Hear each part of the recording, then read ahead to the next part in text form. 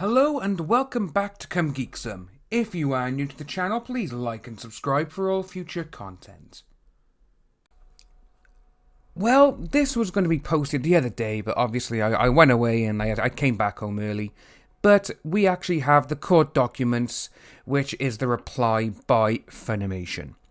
So, we're going to jump straight into it. Obviously, we've got the case number, we got Vic Mignogna, the plaintiff, versus FUNimation, Jimmy Marsh and all these people. And, so, Defendant FUNimation Productions, LLCS, original answer, verified denial and affirmative defences. Comes now defendant FUNimation Productions, defendant or FUNimation, and files this original answer, verified denial and affirmative defences, to plaintiff's original petition and would respectfully show the court as follows. Number 1. General denial. Defendant generally, that's a key word there, denies each and every allegation contained in plaintiff's original petition, as authorised by Rule 92 of the Texas Rules of Civil Procedure, and demands strict proof thereof. Verified denial. Defendant specifically denies plaintiff's allegations that all conditions present have been performed or have occurred. Defendant specifically denies that plaintiffs complied with the requirements of the Defamation Mitigation Act before filing this lawsuit. And then you got number 3. Defendant specifically denies that plaintiff's purported request to defendant complied with the requirements set forth in Texas Civil Rights Practice and Remedies. We've got that one by there. In the code. Plaintiff's request failed to describe all of the allegedly false and defamatory statements by defendant and state the time and place of their publication, if known.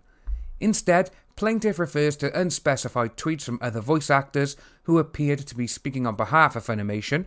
See? Who appeared to be speaking. So, just with that little part we've already gone on, so we're going to finish this little part now. We're going to get down to the word plaintiff, and then we're going to have a quick discussion. So, again, all voice actors, without identifying the substance of the tweets and the time and place of their publication. Plaintiff also alleges that the implication of FUNimation's tweet is that plaintiff engaged in this or that behaviour, when the referenced FUNimation tweets do not use the word this or refer specifically to any threatening harm behaviour by the plaintiff. So, FUNimation have thrown Monica and Jamie and all these other people under the bus because they're like, nope, it appears they're speaking on our behalf, but they're not. We haven't come out and said anything like this. They are not our words. They are all their thoughts and allegations, not ours. Which I think is really good because FUNimation, it's almost like now they just want to wash their hands of it and be like, actually, no. Monica, Jamie, all you people, you do it specifically your way, we're doing it our way, we're denying everything, you don't speak for us, this is what we're doing, and you can carry on with what you're doing. Then we go into the affirmative defences. Number 1. Defendant is not liable to plaintiff because plaintiff's own acts or omissions proximately caused or contributed to plaintiff's injuries. Injuries? He's not hurt. Number 2. Defendant is not liable to plaintiffs because defendant's allegedly defamatory statements were substantially true.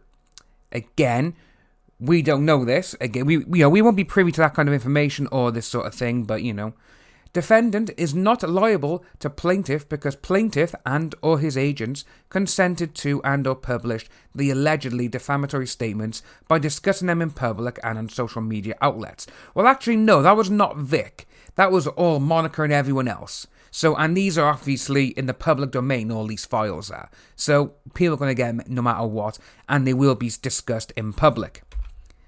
Number 4. Defendant is not liable to plaintiffs because of plaintiff's previously diminished reputation.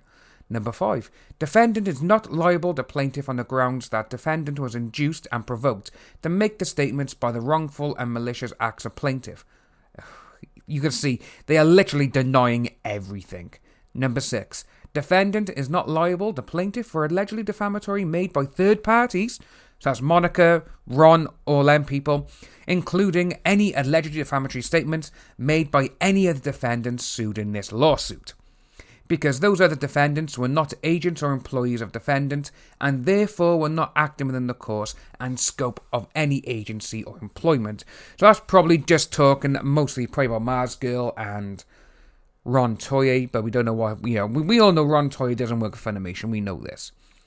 Number 7. Defendant is not liable to plaintiffs because the allegedly defamatory statements were not made with actual malice. Okay. Defendant is not liable to plaintiff because any alleged defamatory statements were statements of opinion. There's that key sentence there. Statements of opinion. Everyone has opinions, but Monica and all her little pals, if your opinion doesn't match theirs, then you're guilty. Number 9. Defendant is not liable to plaintiff because plaintiff does not identify a valid contract that was the subject of an alleged interference. Number 10. Defendant is not liable to plaintiff because plaintiffs waived or otherwise forfeited any contractual rights he claims to have had through the plaintiff's own conduct. Number 11. Defendant is not liable to plaintiffs because plaintiff is liable proof. Okay, so when you go through the rest, I am just going to end by there now, because we do have, there's only a few things left, but what you see and what Funimation have done here with throwing everyone else under the bus, apart from themselves, it does go to show that they're literally just defending themselves. They're not defending their employees or agents or whatever, but it's just when they say that other people have made subjects and, of their opinions, and, yep, they may appear to be speaking on behalf of Funimation, but they're not. We don't care about them. This is our return, and what they've said, we don't care. So, it's really fun and really nice to see that Funimation have thrown them under the bus, because obviously, Monica and all them were like, oh no, we were told to do this, and it's like, actually, no, you weren't, love. This is, I can really see Funimation may not actually have anything to do with Monica or Jamie or whatever after this has all been done and gone through the courts. I really can't see it happening. But again, that's my statement of opinion, which I'm allowed, because Funimation have said so. Funimation have said it in their own defense document. It's a statement of opinion. Anyone can say whatever they want, so, which is really interesting, because Vic can probably come back now, and probably has come back, and been like, yeah, we're going to do something here now, and it wouldn't surprise me if he actually shows a contract and says, Funimation, here's the contract I signed with you. This is what I was going to be doing. Obviously, you've got me as these characters for so many years, etc. And you either pay me what I'm going to be missed, or you just keep me hired or whatever. So, when this finally all does go to court and it all comes out in the wash, it'll be very interesting to see how Funimation, Monica, Ron, or even Vic, it'll be very interesting to see how this all ends. If you are new to the channel, please like and subscribe, hit that notification bell for future updates, and I'll see you lovely people soon.